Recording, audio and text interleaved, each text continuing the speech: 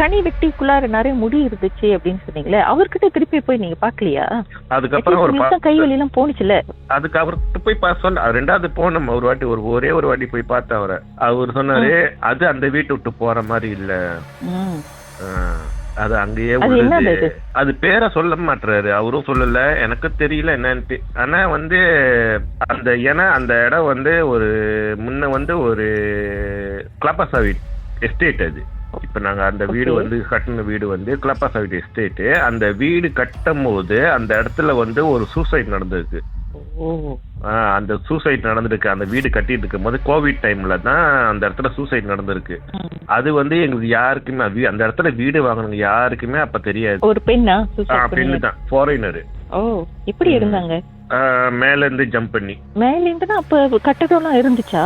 கட்டடம் ஏறிட்டு இருந்துச்சு, ஒரு 7 ஃப்ளோர் ஏறிடுச்சுன்னு நினைக்கிறேன் அவங்க சொல்லும் போது. ஏன்னா நான் விசாரிச்சப்ப, ஏன்னா அங்க அந்த கன்ஸ்ட்ரக்ஷன் சைட்டு, ஏன்னா அதுக்கப்புறம் பக்கத்துலயும் பில்டிங்ஸ் கட்டிக்கிட்டு இருந்தாங்க. ஸோ அப்படி பேசிட்டே இருக்கும்போது கேட்கும் போது அப்ப அவங்க சொன்னதுதான் கரெக்டா நான் இருந்த பிளாக்ல தான் அந்த சூசைடு நடந்திருக்கு. அதுவும் என்னோட வீடு இல்ல, அந்த அந்த என்டையர் பிளாக்கே தெரியாது அந்த இடத்துல நடந்தது. ஏன்னா கோவிட் டைம்ல நடந்தது.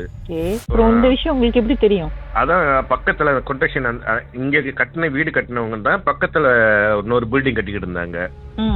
ஸோ அப்படியே நான் அப்படியே நானும் கூட்டாளி தான் போய் பேசிட்டு இருக்கும் போது அங்க உள்ள அந்த கான்ட்ராக்ட்ல வேலை செஞ்ச பங்களாதேஷ்காரன் சொன்னான், அதுவும் நான் இருந்ததும் 7வது மாடி தான், என் வீடும் 7வது மாடியில தான் இருக்கு.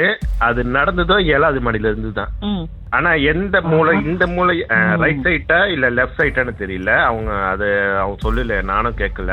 ஆனா என் வீடு கணக்கு பார்த்தாக்கா நாங்க லிப்ட்ல ஏறின கையோட ரைட் சைடு வரும். ஸோ மேபி அந்த ஏரியா அந்த இதுல இருந்து விழுந்துச்சா என்னன்னு எங்களுக்கு தெரியல, ஜம்ப் பண்ணாங்களா என்னன்னு தெரியல.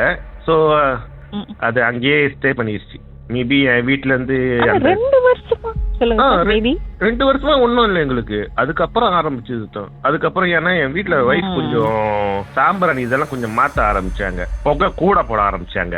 நார்மலா போடாம பச்சை கற்பூரம் என்னென்னமோ போடுவாங்க, வெண்கடுக்கெல்லாம் போட்டு சாம்பிராணி போடுவாங்க. நல்லா புகை, வீடே புகையா இருக்கும். அந்த மாதிரி போடும்போது அது வெளியாயிருச்சு பழக்க. அங்க இருந்து கரெக்டா அந்த செவுத்துல இருந்து தான் வரும் தெரியுங்களா, வேற எங்கேயும் இருந்து வராது. நான் படுத்திருக்கிற செவுத்துல இருந்து தான் வரும், சைட்ல இருந்து. வாசப்படி வழியா வராது, ரூம்பு கதவு வழியா வராது. நான் படுத்திருக்கிற பக்கத்துல செவுரு, ஜன்னலு, அந்த செவுத்துல இருந்து தான் அப்படி வரும். அது நல்லா தெரியும் எனக்கு செவுத்துல இருந்து வர்றது. செவுத்துல சாயறதுக்கு கூட உங்களுக்கு பயமா இருக்குமா உங்க வீட்டுல?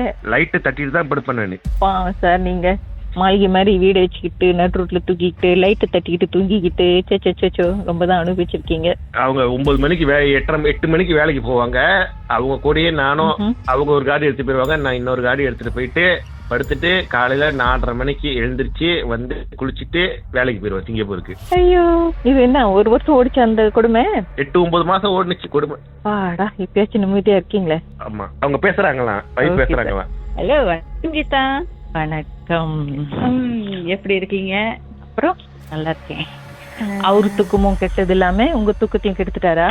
அது கண்டிப்பா. பாட்டுக்கு பிறகு என்ன நடந்துச்சுன்னு பாப்போம்.